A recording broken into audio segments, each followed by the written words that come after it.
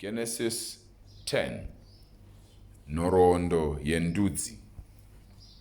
Iyi ndiyo rondedzero yamarudzi aShemu, Hamu naJafeti, vana vaNoa, avo vakaitawo vanakomana mushure mamafashamu. Vanakomana vaJafeti vanoti Gomeri, Magogi, Madhai, Javani, Jubhari, Mesheki naTirasi. Vanakomana vaGomeri vanoti Ashkenazi, Rifati naTogarima. Vanakomana vaJavani vanoti Erisha, Tashishi, Kitimi naRodanimi. Kubva kwavari ivava vanhu vomumahombekombe egungwa vakapararira munyika dzavo nedzimba dzavo pakati pendudzi dzavo, rudzi rumwe norumwe nomutauro warwo. Vanakomana vaHamu vanoti Kushi, Miziraimi, Puti naKenani. Vanakomana vaKushi vanoti Seba, Havira, Sabata, Rama naSabiteka. Vanakomana vaRaama vanoti Sheba naDedani. Kushi akanga ari baba vaNimuroti, uyo akanga ari murwi ane simba panyika, akanga ari muvhimi mukuru pamberi paJehovha. Ndokusaka zvichinzi saNimuroti, muvhimi mukuru pamberi paJehovha. Maguta okutanga oumambo hwake akanga ari Bhabhironi, Ereki, Akadhi neKarine munyika yeShinari. Achibva munyika iyoyo akaenda kuAsiria, uko kwaakandovaka Ninevhe, reRehobhoti iri, neKara neReseni riri pakati peNinevhe neKara, rinova ndiro guta guru.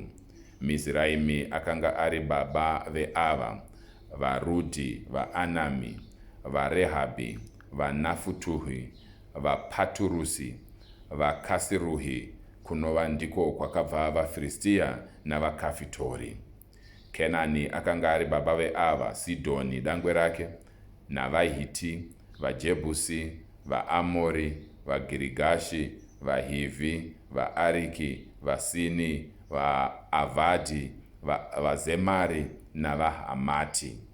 Shure kwaizvozvo dzimba dzavaKenani dzakapararira, uye miganhu yavaKenani yakasvika kuSidhoni, yakananga kuGerari kusvikira kuGaza, uyezve yakananga kuSodhomu, Gomora, Adhima neZebhoimi kusvikira kuRasha. Ava ndivo vanakomana vaHamu nedzimba dzavo uye nemitauro yavo munyika dzavo nendudzi dzavo. VaShemu akaberekawo vanakomana. Mukoma wake akanga ari Jafeti. Shemu akanga ari tateguru wavanakomana vose vaEbheri. Vanakomana vaShemu vaiti Eramu, Ashuri, Afakisadhi, Rudhi naAramu. Vanakomana vaAramu vaiti Uzi, Huri, Geteri naMesheki. Afakisadhi akanga ari baba vaShera, uye Shera ari baba vaEbheri. Ebheri akaberekerwa vanakomana vaviri, mumwe ainzi Peregi, nokuti pamazuva ake nyika yakakamurwa. Zita romunun'una wake rainzi Jokitani. Jokitani akanga ari baba veava vanoti Arimodhadhi, Sherefi, Hazamavheti, Jera, Hadhoramu, Uzari, Dhikira, Obhari, Abhimaeri, Sheba, Ofiri, Havira naJobhabhi. Vose ava vakanga vari vanakomana vaJokitani.